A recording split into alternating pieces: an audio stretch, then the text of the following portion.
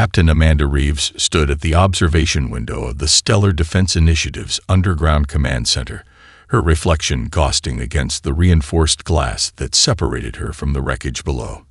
The latest alien probe lay dissected on the laboratory floor, its silvery skin reflecting the harsh fluorescent lights. This marked the third one this month. They were getting bolder.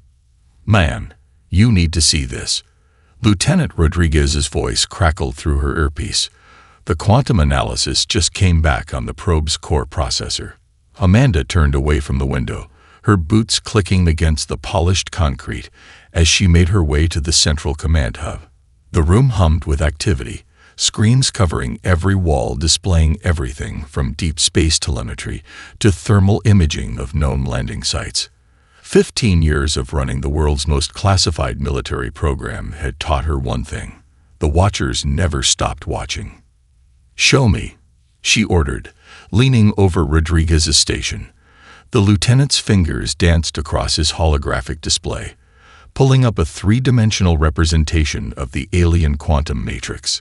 "Look at the encoding pattern," he said, highlighting a sequence of impossible mathematics. They've switched from base 12 to base 16. Their entire computational architecture has evolved since the last intercept. Amanda felt her pulse quicken. In 15 years of shooting down alien probes, she'd never seen them change their fundamental technology. The Watchers were methodical, predictable. It's what made them possible to track despite their advanced technology. A change this significant meant something had spooked them. "Get me General Morrison," she ordered, straightening up. "And someone wake up Dr. Harrison in xenolinguistics. If they're changing their hardware, they might be changing their communication protocols too." The command center erupted into controlled chaos as her orders rippled through the chain of command. Amanda returned to the window, studying the alien wreckage with renewed concern. The probe's design was elegant, almost beautiful in its complexity. Like everything the Watchers built, it was perfect, and that perfection had always been their tell. Her tablet chimed with an incoming priority message. Dr. Harrison had already begun analyzing the probe's communication logs. Amanda's eyes widened as she read his preliminary findings. "Everyone, stop what you're doing," she commanded, her voice cutting through the buzz of activity. "Put intercept log Delta 7 on the main screen. Now." The largest display lit up with a cascade of alien symbols. To the untrained eye, it looked like random noise, but Amanda had spent her entire career learning to read between the lines of alien communications. "They're scared," she announced, walking toward the screen. "Look at the transmission density, the repetition patterns. They're not just observing anymore. They're reporting back to something big." Lieutenant Rodriguez joined her at the screen, his own tablet displaying the translation matrix. "Captain, I'm seeing references to something called the Council. Multiple species involved, some kind of governing body." Amanda nodded slowly, pieces falling into place. "We always knew we weren't alone in the galaxy. Now we know we're not just being watched, we're being quarantined." The room fell silent as the implications sank in. Humanity had suspected the existence of alien life for centuries, but the truth was far more complex. They weren't just out there. They were organized, unified, and for some reason, they considered Earth dangerous enough to contain. "Man," a young analyst called out from her station, "we're picking up a new transmission. Different frequency, much stronger signal. It's not aimed at Earth." Amanda moved to the analyst's station, watching as new data streamed across the screen. The alien language was shifting, becoming more urgent, more direct. One symbol sequence kept repeating, pulsing like a warning beacon across the vast distance of space. "They're not just reporting anymore," Amanda said quietly, her hand tightening on the back of the analyst's chair. "They're asking for help." The quarantine wasn't just about containing Earth anymore. Something had changed in the galaxy, something that made humanity's Watchers nervous enough to break 15 years of established protocol. As Amanda stared at the repeating warning signal, She couldn't shake the feeling that their perfect, ordered galaxy was about to face something it wasn't prepared for. And somehow, humanity's imperfection might be the only thing that could save it. Dr. James Mitchell adjusted his tie for the third time, standing alone in the Pentagon's secure elevator as it descended to sublevel 7. The briefcase handcuffed to his wrist contained evidence that would shatter every paradigm of human civilization. After 20 years at NASA, he'd thought nothing could shake him. Until 3 days ago. The elevator doors opened to reveal 2 Marine guards who checked his credentials with mechanical precision. Beyond them lay the Joint Chiefs' secure briefing room, its wooden doors as heavy as humanity's future. Dr. Mitchell. General Thompson's gravelly voice welcomed him. I hope you have something substantial for us.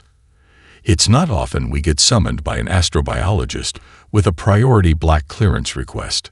The room held the combined leadership of America's military might. 6 4-star generals and admirals, each commanding enough firepower to end civilization. Yet Mitchell knew their arsenals were children's toys compared to what was coming. Ladies and gentlemen, Mitchell began, placing his briefcase on the polished table. 72 hours ago, the Deep Space Monitoring Array detected an anomaly at the edge of our solar system. He pressed his thumbprint to the briefcase's lock. What I'm about to show you will fundamentally change our understanding of our place in the universe. The room's lights dimmed as Mitchell activated the holographic projector. A 3-dimensional map of the Milky Way materialized above the table, dotted with thousands of points of light.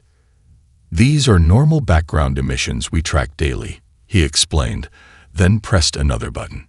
A massive red stain appeared at the galaxy's edge, spreading like blood in water. This is what we detected 3 days ago. It's not a natural phenomenon. Admiral Chen leaned forward, her eyes narrowing. What exactly are we looking at, Doctor? We're looking at the end of everything we know, Mitchell replied, his voice steady despite the weight of his words. This mass is moving against the galaxy's rotation, consuming everything in its path. We've detected fragments of transmissions from its wake. They're artificial in origin, but unlike anything we've ever encountered. He pressed another button, and the room filled with sound. It started as a high-pitched whine that descended into a guttural, mechanical roar. Several of the Joint Chiefs flinched involuntarily. This is a transmission we intercepted from what we believe was an advanced civilization in the mass's path. We call it the Morning Star transmission. Mitchell paused the playback. It's the death cry of an entire species. General Thompson's face had gone pale. How many? Based on our analysis of radiation signatures and debris patterns, at least 3 civilizations have fallen to this entity. We're calling it the Confluence, a massive swarm of biomechanical organisms that appears to absorb and adapt to whatever it encounters. Mitchell brought up another display, showing mathematical projections. At its current velocity, it will reach Earth in approximately 18 months. But that's not the most disturbing part. He highlighted several energy signatures in the data. We're detecting weapons fire, extremely advanced weapons fire. There are other civilizations out there, far more advanced than us, and they're losing. The room erupted in controlled chaos as the Joint Chiefs processed the implications. Admiral Chen's voice cut through the noise. You're telling us we're not only not alone in the universe, but we're about to be caught in the middle of an interstellar war. No, Admiral, Mitchell corrected grimly. We're about to be caught in an interstellar extinction event. These energy readings suggest technology thousands of years ahead of ours. If they can't stop this thing. He let the thought hang in the air. General Thompson stood, his chair scraping against the floor. What are our options? Mitchell brought up one final image, a series of intercepted transmissions from Earth's orbit. That's the other reason I'm here. We're being watched, have been for decades. There's a quarantine around Earth, maintained by something called the Galactic Council.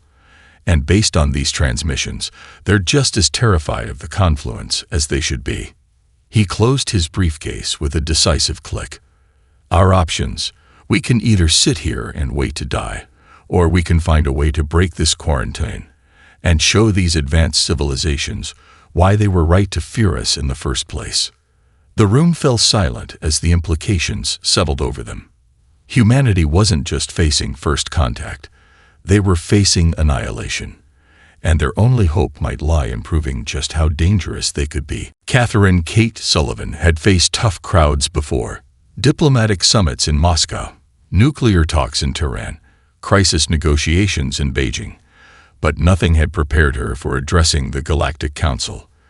The chamber stretched impossibly high, its crystalline walls shifting with colors that human eyes were never meant to process. 12 distinct species occupied the towering seats, each more alien than the last. Distinguished members of the council, she began, her voice steady despite the butterflies in her stomach. The universal translator hummed, converting her words into a symphony of clicks, whistles, and electromagnetic pulses. I stand before you not just as humanity's representative, but as a harbinger of necessity. The Proxima delegate, a being of pure light contained within a hovering crystalline structure, pulsed with dismissive frequencies. Your species remains under quarantine for good reason, Catherine Sullivan. Your history of violence, your unpredictable nature, are exactly why you need us, Kate interrupted, breaking every diplomatic protocol she'd been briefed on. The chamber erupted in a cacophony of alien expressions of shock. In 15,000 years of council history, no one had ever interrupted a Proxima delegate. Kate pressed her advantage, activating the holographic display she'd brought. Above the chamber floor, footage began playing. Earth's military forces in action. Watch closely, she commanded, her voice carrying the weight of conviction. This is a human military exercise from last month. The footage showed a Marine battalion executing a complex maneuver, then suddenly shifting tactics mid-operation as unexpected obstacles appeared. The aliens watched in silence as the humans adapted, evolved, and overcame in real time. Now, Kate continued, switching to another feed, this is your combined fleet's last engagement with the Confluence. The display showed a technically perfect battle formation dissolving into chaos as the biomechanical swarm adapted to their tactics. Your ships maintained their programmed responses perfectly. And that's why you lost. The Centaurian representative, a massive entity composed of interlocking geometric shapes, rotated in agitation. You suggest our perfection is a weakness. I suggest that perfection is predictable, Kate replied, bringing up a third display. A chess game. This is how we train our military strategists. In this game, the rules are fixed, the movements predetermined. But watch what happens when we do this. She altered the display, and suddenly the chess pieces began moving in new patterns. Knights jumped 3 spaces instead of 2, pawns moved backward, queens adapted new movement patterns. Impossible, the Proxima delegate pulsed. You cannot simply change the fundamental rules of engagement. That's exactly what the Confluence does, Kate pressed. And that's exactly why your perfect, predictable strategies fail. You fight with immaculate precision, but the Confluence adapts. It evolves, just like us. She brought up one final display, human history. Not the sanitized version they'd presented to the council before, but the raw truth of it. Wars, revolutions, catastrophes, and through it all, adaptation. Humanity didn't evolve through peace, she explained, her voice softening. We evolved through chaos. Every disaster, every war, every catastrophe forced us to adapt, to change, to become something new. Your civilizations achieved perfection through harmony. We achieved survival through constant change. The chamber fell silent as the implications sank in. Kate could feel the weight of alien gazes upon her, processing this new perspective. You quarantined us because we're unpredictable, she continued. Because we think in ways that seem chaotic to you. But chaos is exactly what you need right now. The Confluence adapts to patterns, and humanity's greatest strength is that we have none. The Arcturus Elder, oldest among the council members, leaned forward on its energy pedestal. You propose an alliance. After all our efforts to contain your species, Kate smiled. a gesture she knew would be unsettling to most of the Council species. "I propose survival. You have the technology, the resources, the perfect societies. We have the one thing you've lost over millennia of evolution, the ability to embrace chaos as a strategy." She squared her shoulders, looking each council member in whatever they possessed that passed for eyes. "The confluence is coming. You can maintain your quarantine and watch your perfect civilizations fall one by one, or you can take a chance on humanity's imperfection. Either way, we'll keep fighting. The question is whether we fight alone or together." The chamber erupted in overlapping alien languages as the council members debated among themselves.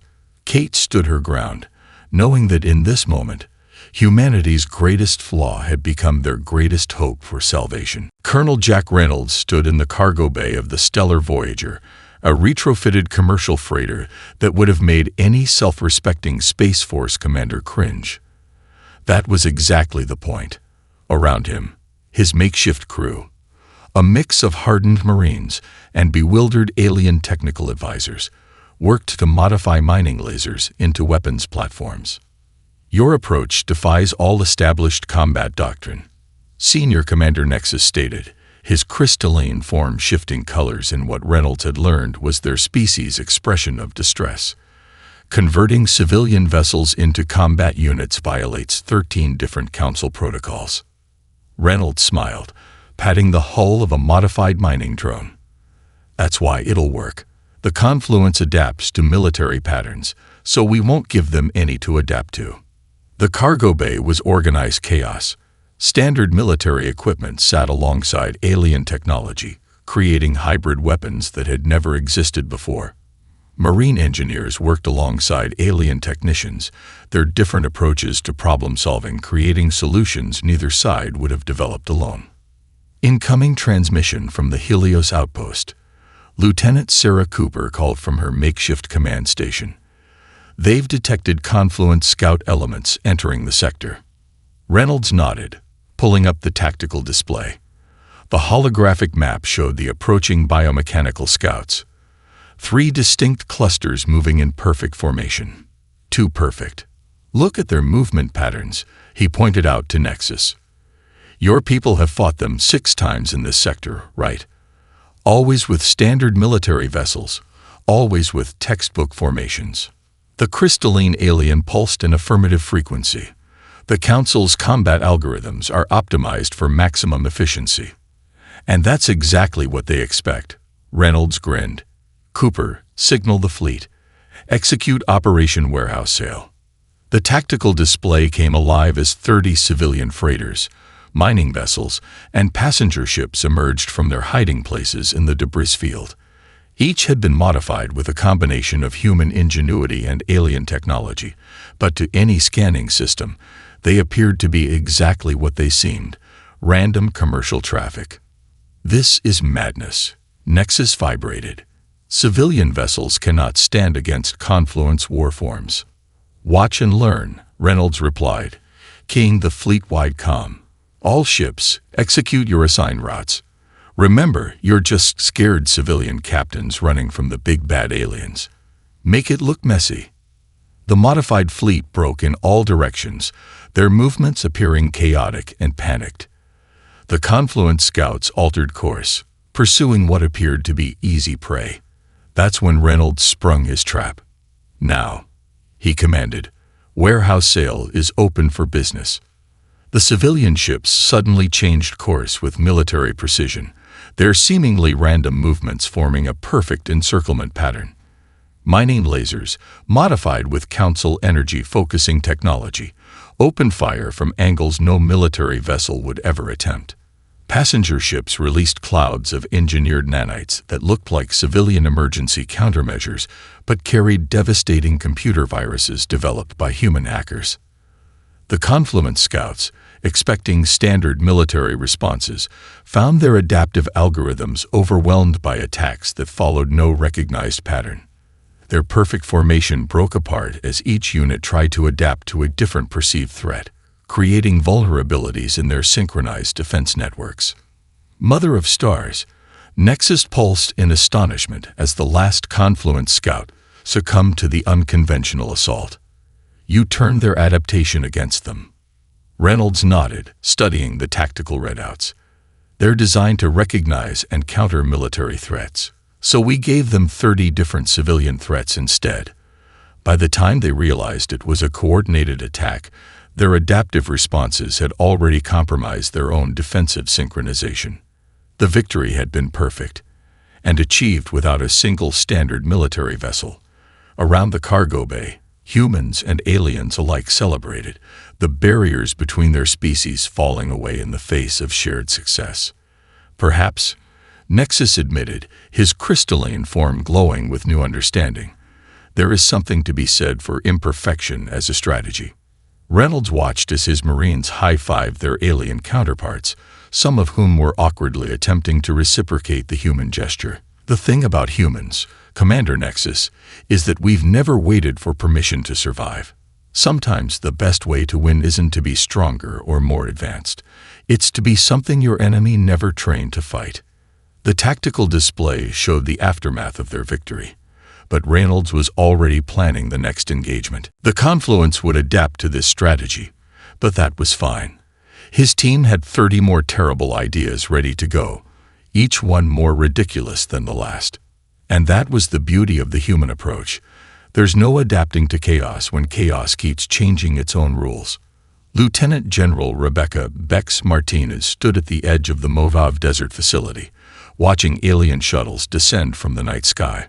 The sprawling complex that had once been Area 51 now served as humanity's first interstellar military academy. The desert wind carried the scent of creosote and history in the making. They still don't understand why we're teaching them here instead of their high-tech facilities, Major David Nash said, approaching with a tablet displaying the day's training schedule. The Centaurian ambassador called it primitively adequate this morning. Bex smiled, watching the shuttles land with perfect precision. They're about to learn why Earth's predators evolved to be the most successful hunters in our history, and why that matters more than any technology. The incoming alien officers, representing 7 different species from the Council, emerged from their shuttles in formation, their movements calculated and flawless. Too flawless. That would be the first thing to change. Welcome to Project Prometheus, Bex addressed them, her voice carrying across the desert air. You're here because your perfect military doctrine is failing against the Confluence. We're here to teach you something that can't be programmed. How to think like a predator. The alien officers shifted uncomfortably. A Proxima commander, their form shimmering like heat waves, stepped forward. With respect, General, we have studied Earth's military history. We fail to see how primitive hunting behaviors apply to advanced warfare. Bex nodded to Major Nash, who activated the facility's holographic systems. The desert around them transformed into an African savanna. A pride of lions stalked through the grass, approaching a herd of zebras. Watch how they move, Bex instructed. Notice how each lion takes a different approach angle. They're not following a program. They're adapting to every shift in the prey's movement, communicating without signals, changing tactics based on opportunity. The hologram shifted to show a wolf pack hunting in winter, then to Orcs coordinating an attack on a whale.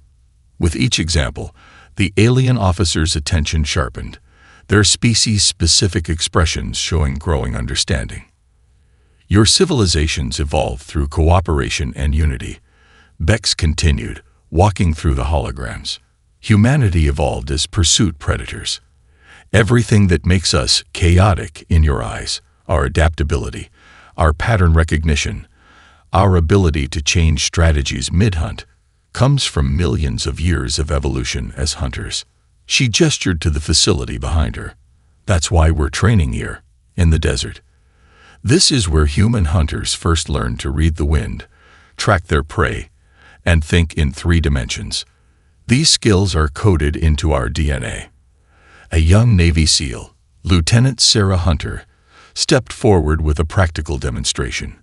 She moved through the terrain, showing how human hunters used environmental factors to mask their approach. The alien officers watched in fascination as she demonstrated how subtle changes in wind direction could reveal hidden targets. The confluence adapts to patterns, Sarah explained, her voice carrying the weight of practical experience. But true hunting isn't about patterns. It's about reading the environment, understanding your prey, and being willing to abandon any plan the moment something better presents itself. A holographic display shifted to show recent footage from Colonel Reynolds' successful engagement. See how our ships moved like a wolf pack, each unit appearing to act independently while actually coordinating a complex trap. That's not technology. That's instinct refined into strategy. The alien officers began to understand. Their perfect formations and programmed responses were precisely what made them vulnerable to the confluence's adaptation. Human hunting strategies, evolved over millions of years and refined through countless conflicts, offered something that couldn't be easily predicted or countered. Today, Bex announced, we begin your transformation from soldiers into hunters. You'll learn to move like Earth's predators, to think like pursuit hunters, to abandon perfection in favor of adaptation. It won't be comfortable. It won't follow any protocol you know. But it will teach you how to fight an enemy that adapts to patterns by becoming something that defies pattern recognition altogether. As the desert sun climbed higher, Project Prometheus began in earnest. The most advanced species in the galaxy found themselves learning from Earth's predators, their perfect military doctrine giving way to something older, something written in blood and bone, and the eternal dance between hunter and prey. And in orbital stations high above, the first reports were coming in. The confluence was learning to fear the hunt. Commander Michael Ghost Walker watched the holographic battle map from the bridge of the U.S. Nightmare, a name that had made the alien liaison officers deeply uncomfortable. The discomfort was the point. Everything about his flotilla was designed to break conventional military thinking. Confluence swarm approaching Vector 270. Lieutenant Emma Rodriguez reported, her fingers dancing over the hybrid human-alien interface. 3 main clusters, each adapting different attack formations. Michael nodded, studying the enemy's movements.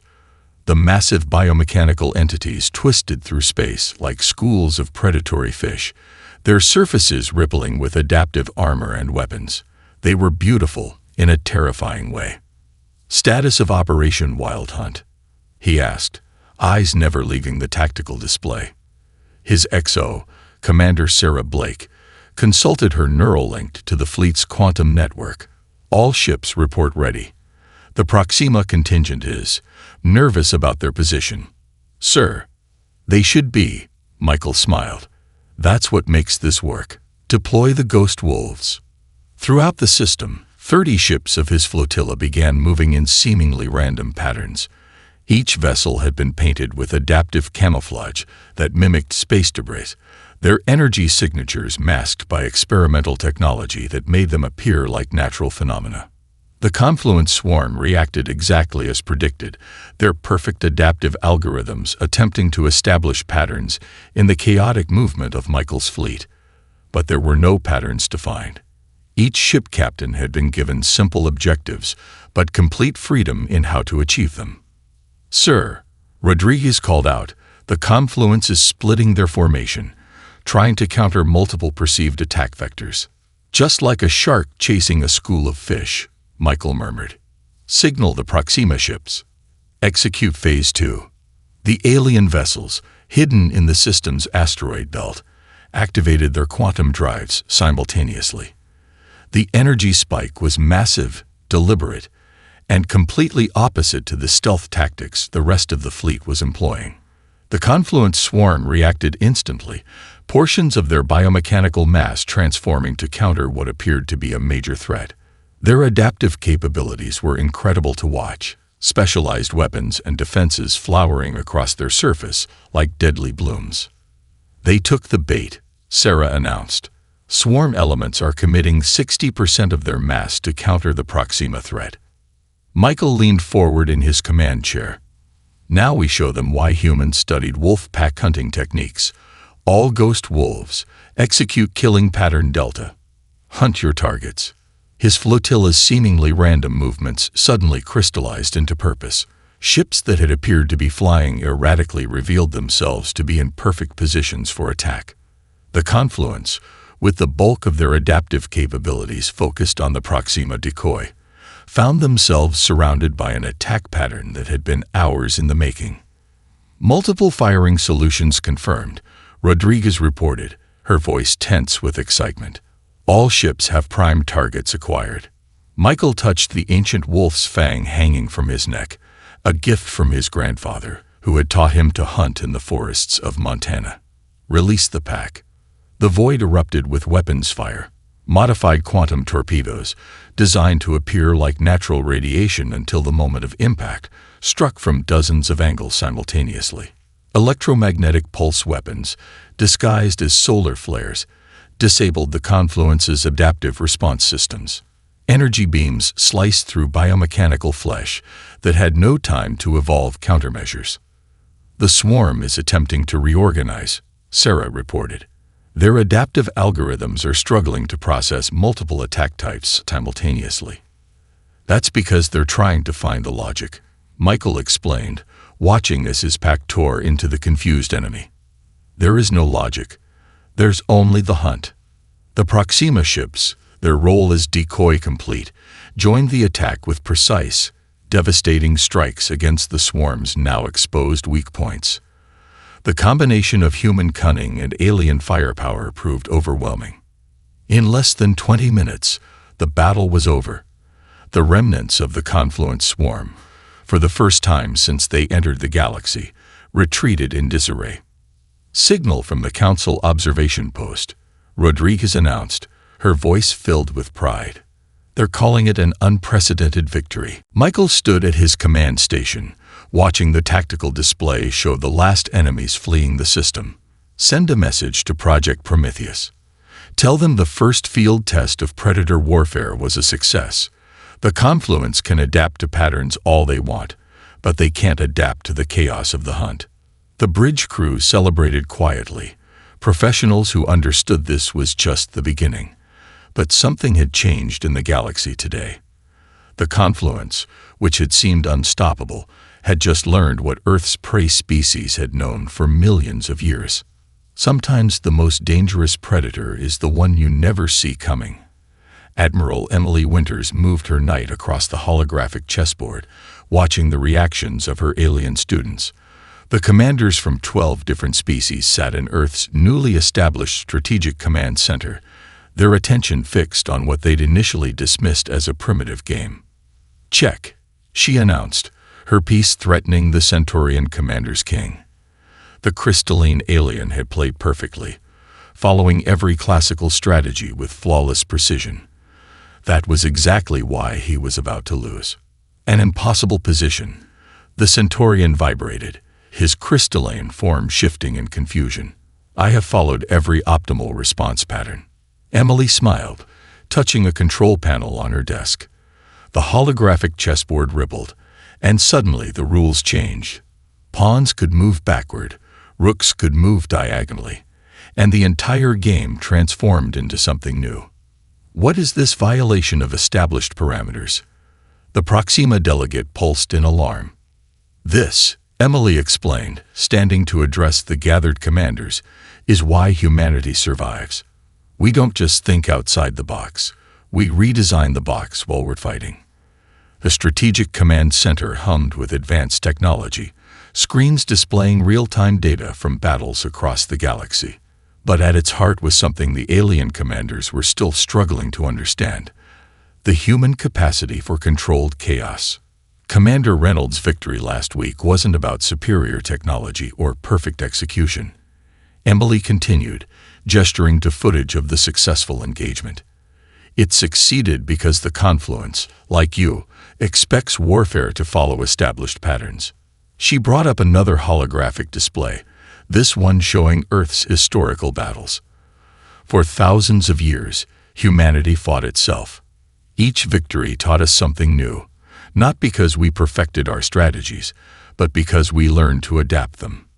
Lieutenant Commander James Chen stepped forward, bringing up tactical data from recent engagements. Notice how the confluence adapts to each attack pattern it encounters. Their response time is perfect, their countermeasures flawless. Too perfect, Emily added, which makes them predictable in their unpredictability. They adapt to what they think the threat is, not what it could become. The Arcturus Elder, a being of pure energy contained within an ancient mechanical shell, moved forward. You suggest we abandon millennia of proven military doctrine. I suggest we make doctrine itself our weapon. Emily activated another simulation, this one showing a pride of lions hunting. Watch how the pride adapts its strategy. They don't just change their tactics, they change the rules of engagement itself. The alien commanders watched as the lions appeared to retreat, only to drive their prey into a hidden ambush.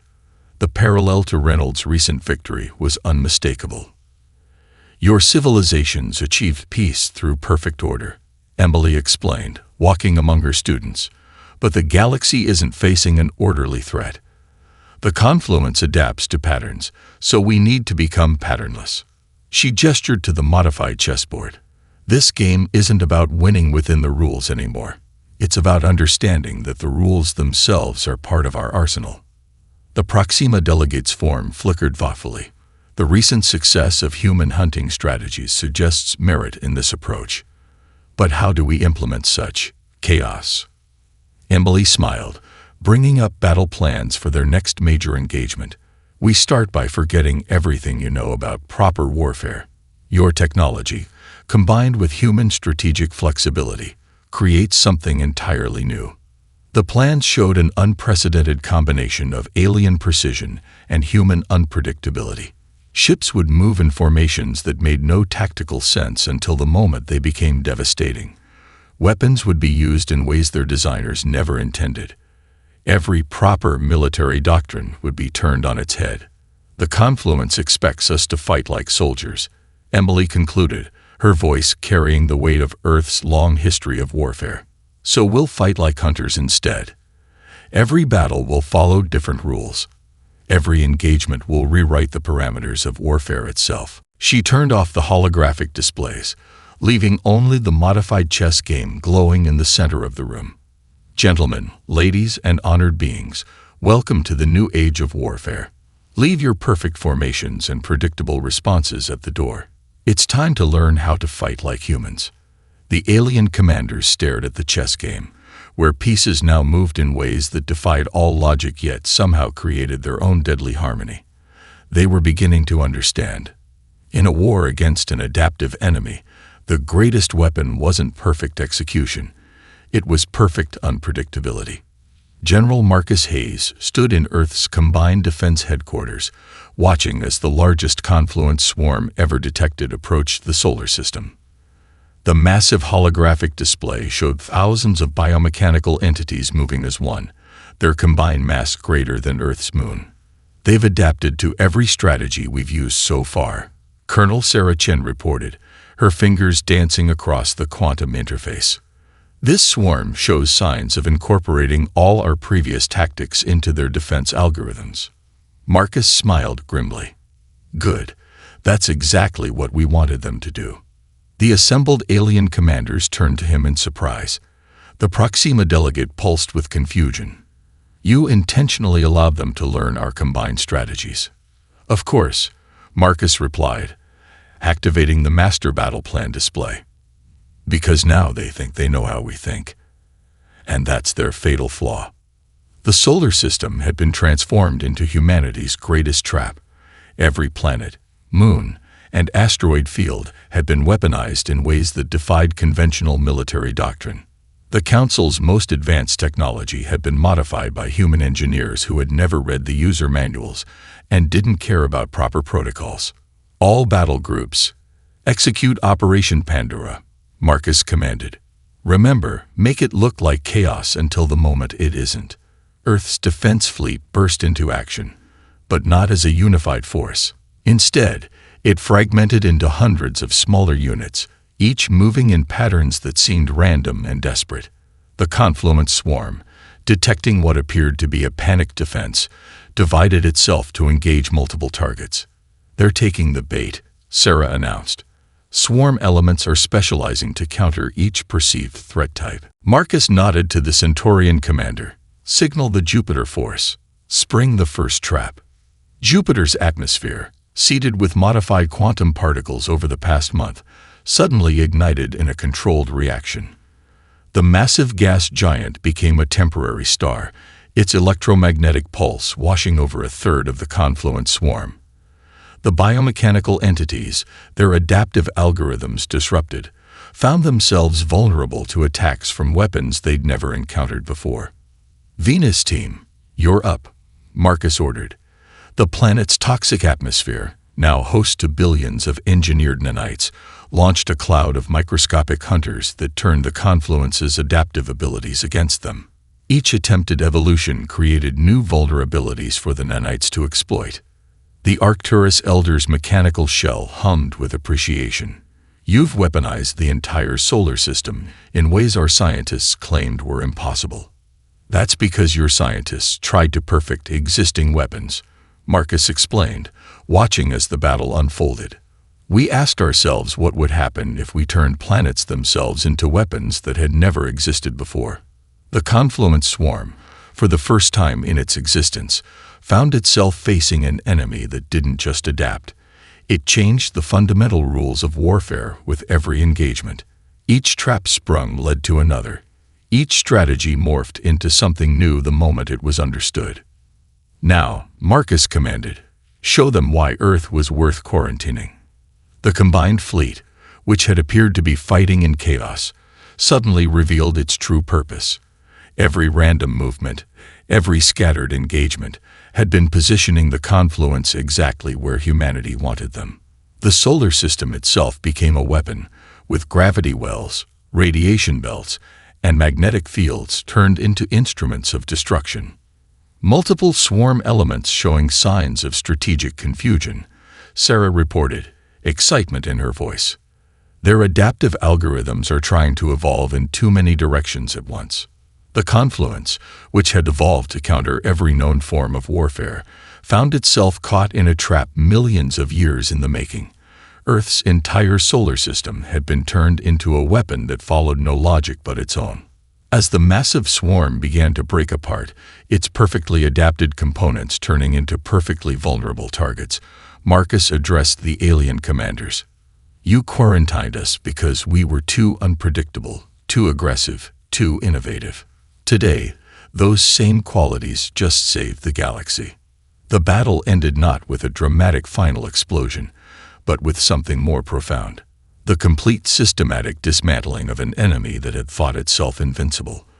The confluence, which had evolved to counter every pattern it encountered, was defeated by an enemy that refused to be bound by patterns at all. In the aftermath, as the Council drafted its new defense protocols, the first line read, "The strongest shield is not the most perfect, but the most adaptable.